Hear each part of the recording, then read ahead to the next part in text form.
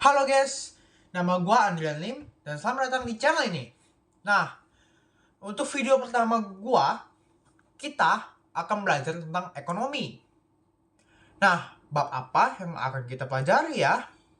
Nah, kita itu untuk video pertama ini kita akan mempelajari tentang permasalahan ketenagakerjaan dalam perekonomian.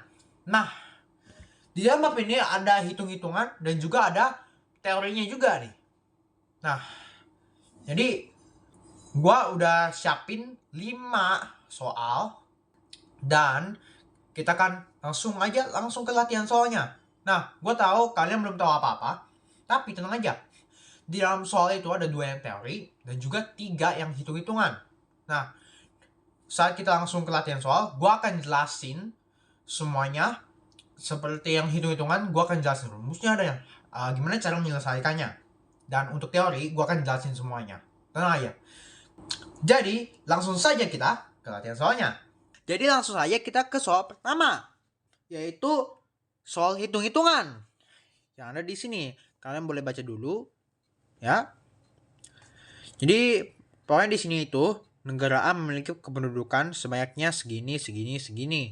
Setiap tahunnya meningkat. Dan kita lihat aja pertanyaannya, jika penduduk yang berusia produktif adalah sebanyak 85% tiap tahunnya, berapa banyakkah penduduk yang bukan angkatan kerja dalam satuan jiwa ya tiap tahunnya? Jadi gimana sih kayak gini? Nah, kalian tinggal hitung saja. Tulis nomor 1 dulu dong. Nah, 2019, 2020, dan juga 2021. Sebenarnya ini gampang sih, rumusnya lebih ke logika sih. Jadi gak ada rumus gitu loh. Jadi ini lebih ke logika saja sih. Jadi pertama kita butuh jumlah penduduknya dulu. Kita tulis dulu ya. Nah, kalau sudah, kita sebenarnya tinggal kalikan saja dengan yang sudah ada di sini, 85%. Ya, kita tinggal kalikan saja.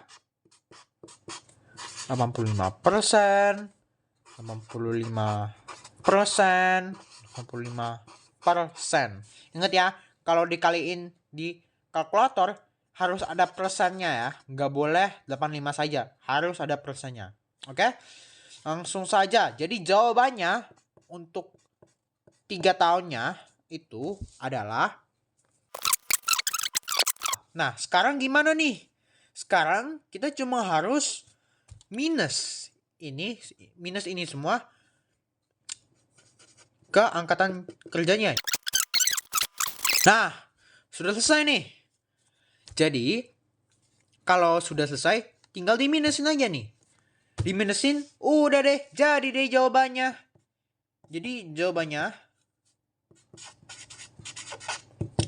untuk hasilnya, yang pertama untuk tahun 2019 adalah 34.158.150 jiwa.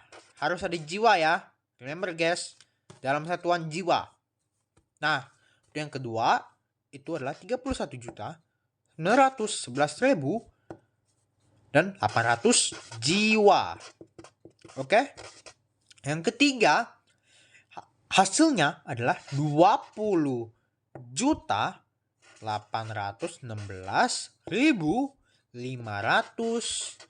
jiwa. Jadi itu saja sih sebenarnya, lebih simple aja sih. Gak ada rumus, hanya butuh logika saja. Dan udah deh, jadi deh sebenarnya. Tada. Lebih simple ya. Jadi langsung aja deh ke soal nomor 2. Oke guys, jadi untuk nomor 2 kita ada soal teori nih. Nah, jadi kalian bisa lihat di sini. Ini agak susah untuk dilihat, tapi untuk yang nomor ini kita disuruh untuk menjelaskan pengangguran berdasarkan penyebabnya. Nah, ini itu ada 6 dan gua akan jelasin secara singkat aja sih. Mulai dari nomor 1, yaitu adalah pengangguran musiman. Nah, pengangguran musiman ini biasanya itu ada di negara yang perekonomiannya itu berbasis agraris Seperti contohnya ya ada petani dan juga nelayan. Nah, lanjut aja kita ke yang kedua, yaitu adalah pengangguran friksional. Nah, pengangguran ini itu terjadi karena tidak bertemunya penawaran ataupun permintaan yang sesuai dengan tenaga kerja. Nah, tapi pengangguran ini sifatnya itu hanya sementara saja. Nah, untuk yang ketiga, kita ada pengangguran teknologi, yaitu adalah pengangguran di mana tenaga manusia itu udah gak dibutuhkan lagi atau udah digantikan. Contohnya kayak ada traktor yang ganti petani gitu ya, ataupun pekerja pabrik yang udah diganti sama mesin ya, seperti itu saja. Nah, untuk yang nomor 4, kita ada pengangguran struktural. Nah, pengangguran ini biasanya terjadi karena ada perubahan dalam struktur perekonomian di suatu wilayah ataupun juga suatu negara. Dan yang kelima, kita ada pengangguran siklis.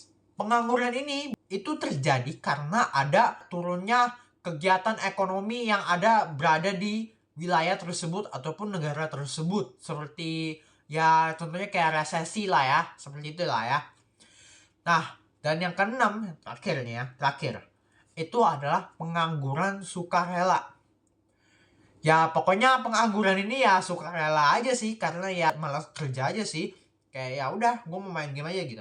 Ya. Jadi itu saja untuk penjelasan singkat gue untuk jawaban nomor 2. Oke? Lanjut aja ke nomor 3. Nah, langsung saja kita ganti dulu ini. Tulis nomornya dulu, nomor 3. Dan langsung saja kita lihat soalnya. Yaitu soal hitung lagi. Nah, oke. Jadi di sini dikatakan suatu negara dengan tingkat pengangguran sebanyak 46,5% memiliki jumlah penduduk total lebih banyak seperti 256 juta jiwa dari penduduk bukan angkatan kerja. Jika jumlah penganggurannya adalah sebanyak 65 juta lebih jiwa, berapakah jumlah angkatan kerja dalam jiwa ya, dalam jiwa penduduk di negara tersebut? Oke, nah sekarang kita lagi nyari angkatan kerja nih. Nah, tidak seperti nomor 1 yang ya kita bisa pakai logika dan nggak butuh rumus. Ini kita beneran butuh rumus. Nah, rumusnya itu apa nih? Nih, rumusnya itu adalah angkatan kerja sama dengan pengangguran. Ya, pengangguran. Kita tulis dulu, pengangguran dibagi tingkat pengangguran. Oke. Parah, taruh di sini. Pengangguran. Di sini kita bisa lihat penganggurannya adalah sebanyak 65 juta.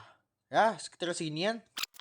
Dan dibagi oleh tingkat pengangguran. Tingkat penganggurannya berapa? Ada di sini dong. 46,5. Dan ingat ya guys, kalau kalian mau bagi seperti ini persennya, kalian harus tetap kali 100. Nih, harus ya, harus. Jadi semua rumus yang ada di bab ini yang harus butuh bagi-bagi kayak gini harus dikali 100. Pokoknya butuh kali 100 lah. Oke? Nah, jadi ya kita cuma harus bagikan ini, terus kalikan ini. Jadi jawabannya itu berapa ya? Nah, jadi jawabannya itu adalah 141 juta 462.000 dan 365 jiwa. Ini adalah jawaban yang sebenarnya. Oke, jadi sebenarnya nggak terlalu susah sih. Agak trick question, lebih ke trick question sih, karena kita itu nggak pakai 256-nya. Kita nggak pakai ini sama sekali karena kita cuma pakainya angkatan kerja ya. Dan dia itu gak butuh penduduk total. Seperti ini. Jadi kita gak butuh ini sama sekali. Jadi ya kita cuma butuh tingkat pengangguran dan juga penganggurannya yaitu segini. Dan udah deh jadi deh. Nah, karena nomor 3 sudah selesai, langsung kita lanjut aja ke nomor 4. Kita lanjut, kita ganti dulu ya kertasnya. Oke, nah ini kan lebih enak. Nah sebelum kita lanjut, tulis dulu dong nomornya. Oke, udah dong. Nah lanjut aja kita ke soalnya, yaitu soal hitung lagi nih. Oke, kita baca dulu ya. Indikator untuk mengukur beban tanggungan di suatu negara disebut dengan rasio ketergantungan. Jika suatu negara memiliki nilai DR sebesar 113,5% dengan penduduk tua dan anak-anak sebanyak 345 juta sekian jiwa, berapa banyakkah total penduduk di negara tersebut? Nah guys, jadi sebenarnya ini, jadi kan kalau kita mau cari DR, ya, nah kita kan butuh penduduk tidak produktif dan penduduk produktif. Dan jangan lupa ya untuk dikali 100. Jangan pernah lupa kali 100 ya. Selalu kali 100. Nah, tapi di sini kita carinya total penduduk. Jadi gimana nih? Nah, tenang aja guys. Penduduk produktifnya kita ganti aja jadi DR-nya. Kan kita udah dikasih tahu DR-nya berapa. Ini jadi DR-nya aja guys ya. Biar kita bisa tahu total penduduknya guys. Jadi tinggal diganti sama DR aja. Kan kita udah tahu nih DR-nya berapa nih ya, yaitu 113,5. Jadi langsung aja kita tulis nih. Oke guys. Jadi kan udah gue tulis nih. Jangan lupa kali 100. Nah, kalau kalian udah bagi semua ini, jawabannya jadi 304, 659, 911. Nah, terus kita apa ini? Nah, kan kita mau jadiin total penduduk. Kita udah tahu nih, penduduk produktif ini jadi penduduk produktif ya. Terus kita tambahin penduduk yang tidak produktif, yaitu 345 juta 789.000. Dan jadi deh jawabannya. Tinggal ditambahin dan jadi deh. Jadinya 650 juta 448.000 dan 911. Udah deh jadi deh. Ini agak lebih sulit sih daripada nomor 3, tapi ya masih bisa di manage lah ya. Nggak terlalu susah banget lah ya.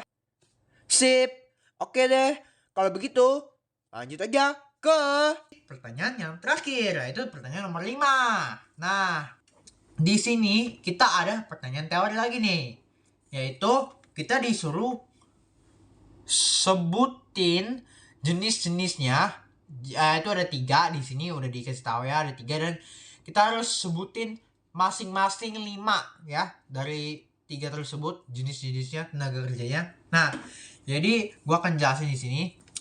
Oke, kan ada 3 tenaga kerja nih. Nah, tenaga kerja pertama yaitu adalah tenaga kerja terdidik. Nah, di sini itu ya pokoknya seperti kita sekarang nih. Kita sekarang lagi belajar kan.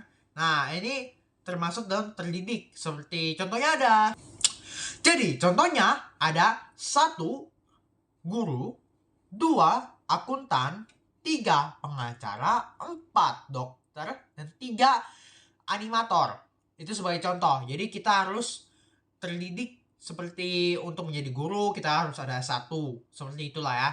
Dan yang kedua itu adalah tenaga kerja terlatih. Nah, yang ini kita harus ada pelatihan khusus. Seperti contohnya deh, atlet butuh pelatihan khusus, militer, desainer, koki, dan juga fotografer tertentu. Oke? Jadi mereka itu butuh pelatihan tertentu sendiri dan gak butuh pendidikan lah. Hanya butuh latihan saja untuk bisa dapat pekerjaan ini. Dan yang ketiga, kita ada tenaga kerja yang tidak terlatih dan juga tidak terdidik. Nah, tenaga kerja ini itu biasanya ada pemulung, pembersih jalanan, cleaning service, OB. Nah, itu aja sih penjelasan gue dari nomor 5 ini. Jadi gimana guys? Udah ngerti belum tentang bab ini? Yaitu permasalahan ketenaga kerjaan dan perekonomian. Udah ngerti belum dari 5 soal tersebut? Nah, kalau kalian mau part 2 dari video ini atau penjelasan lebih lanjut atau mau soal lebih banyak lagi supaya kalian mau tahu lebih banyak, komen di bawah, share. Dan kalau kita dapat 100 like, gue akan lanjutin ke part 2. Oke? Bye-bye!